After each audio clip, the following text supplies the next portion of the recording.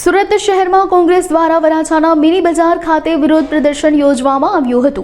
માનગઢ ચોક પર યોજાયેલા આ ધરણામાં શહેર કોંગ્રેસ પ્રમુખ વિપુલ ઉદનાવાલા સહિત મોટી સંખ્યામાં કાર્યકર્તાઓ ઉપસ્થિત રહ્યા હતા।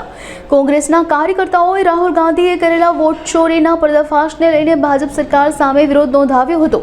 કાર્યકર્તાઓએ જણાવ્યું હતું કે રાહુલ ગાંધી દ્વારા ઈવીએમ હેકિંગના પુરાવા આપવા છતાં ચૂંટણી પંચ પુરાવાને બદલે સોગંદનામું માંગી રહ્યું છે। આ વિરોધ પ્રદર્શન દ્વારા કોંગ્રેસે સરકાર पर गंभीर आक्षेपो लगाव्या हता अने चूंटणी प्रक्रियामां पारदर्शिता लाववानी मांग करी हती।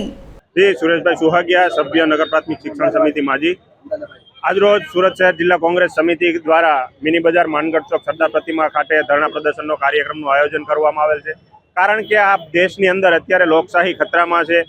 भारतीय जनता पार्टी सरकार द्वारा लोकशाहीनुं दमन करी लोकशाहीनुं गळुं घोटीने जे प्रमाणे अत्यारे चूंटणीओ करावी रही छे अने एनी अंदर जे प्रमाणे वोट चोरी करी रही छे तेनुं माननीय राहुल गांधी विरोध पक्षना नेता अने यूथ आइकोन द्वारा संपूर्ण डेटा चूंटणी पंचने आपवामां आवेलो छे। छतां पण चूंटणी पंच द्वारा कोईपण प्रकारनी कामगीरी करवामां नथी आवी रही। भारतीय जनता पार्टीनो हाथो बनी अने चूंटणी पंच भारतीय चूंटणी पंचनी जग्याए भारतीय जनता पार्टीनुं कमिशन एजंट होय ए रीते जे प्रमाणे कामगीरी करी रही छे एनी सामे आ विरोध प्रदर्शन कार्यक्रमनुं आयोजन करवामां आवेलुं छे के जे प्रमाणे राहुल गांधी द्वारा डेटा आपवामां आवेला छे एनो सर्वे करवामां आवे અને જે પણ વોટ ચોરી થઈ છે તેને ખુલ્લી પાડવામાં આવે। પરંતુ ચૂંટણી પંચ દ્વારા ઉલટા કોટવાલ કોડા ટેમ રાહુલ ગાંધી પાસે એફિડેવિટ માંગી રહી છે। ત્યારે રાહુલ ગાંધીના સમર્થનમાં અને જે પ્રમાણે ચોરી કરી અને આ સત્તાધારીઓ સત્તામાં આવેલા છે એને સત્તા છોડી દેવી જોઈએ। લોકશાહીના હિતમાં જો લોકશાહી બચાવવી હોય તો એના સમર્થનમાં આજરોજ સુરત શહેર જિલ્લા કોંગ્રેસ સમિતિ દ્વારા ધરણા પ્રદર્શનનો કાર્યક્રમ રાખવામાં આવેલ છે। ત્યારે આપ જોઈ છો કે રાહુલ ગાંધીજીએ જે પ્રેસ કોન્ફરન્સ કરી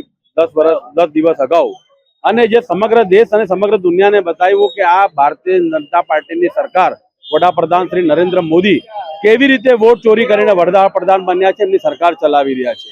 ઇલેક્શન કમિશન ઓફ ઇન્ડિયા એ ભાજપ કમિશન ઓફ ઇન્ડિયા બનીને કામગીરી કરી રહ્યું છે અને લોકોનો અધિકાર છીનવીને લોકોના અધિકારને ચોરી કરીને જે પ્રમાણે સરકાર રચવામાં આવી છે અને સરકાર ચાલી રહી છે એને કોઈ નૈતિકતાનો જોડે અધિકાર નથી કે સરકાર ચાલે। એની સામે આપ જોઈ શકો છો કે સમગ્ર દેશમાં એક લોક જોવાળીની વિરુદ્ધમાં ઇલેક્શન કમિશન ઓફ ઇન્ડિયાની વિરુદ્ધમાં છે। અત્યારે રાહુલજીની યાત્રા વોટ અધિકાર યાત્રા બિહારમાં ચાલે છે। બિહારમાં પણ લોકો સ્વયંભૂ જાગૃત છે, જેને પ્રમાણે સમગ્ર દેશમાં પણ લોકો જાગૃત બની રહ્યા છે અને આ ચોરોને શાસન કરવાનો કોઈ અધિકાર નથી એ રીતિ આજ રોજ સુરત સહિત સમગ્ર ગુજરાતની અંદર કોંગ્રેસ પક્ષ દ્વારા પ્રતિજ્ઞાનો કાર્યક્રમ કરવામાં આવ્યો છે। એમાં કોંગ્રેસના સ્થાનિક બધા આગેવાનો તો જોડાયા છે, સાથે સ્વયંભૂ સ્થાનિક લોકો પણ એમાં સાથે જોડાઈને કાર્યક્રમને આપ જોઈ શકો છો કે કેટલી મોટી સંખ્યામાં ઉપસ્થિત રહ્યા છે। આજ બતાવે છે કે લોકોમાં હવે જાગૃતતા આવી ગઈ છે કે ચોરોની સરકાર છે, આ કોઈ અધિકાર નથી શાસન કરવાનો।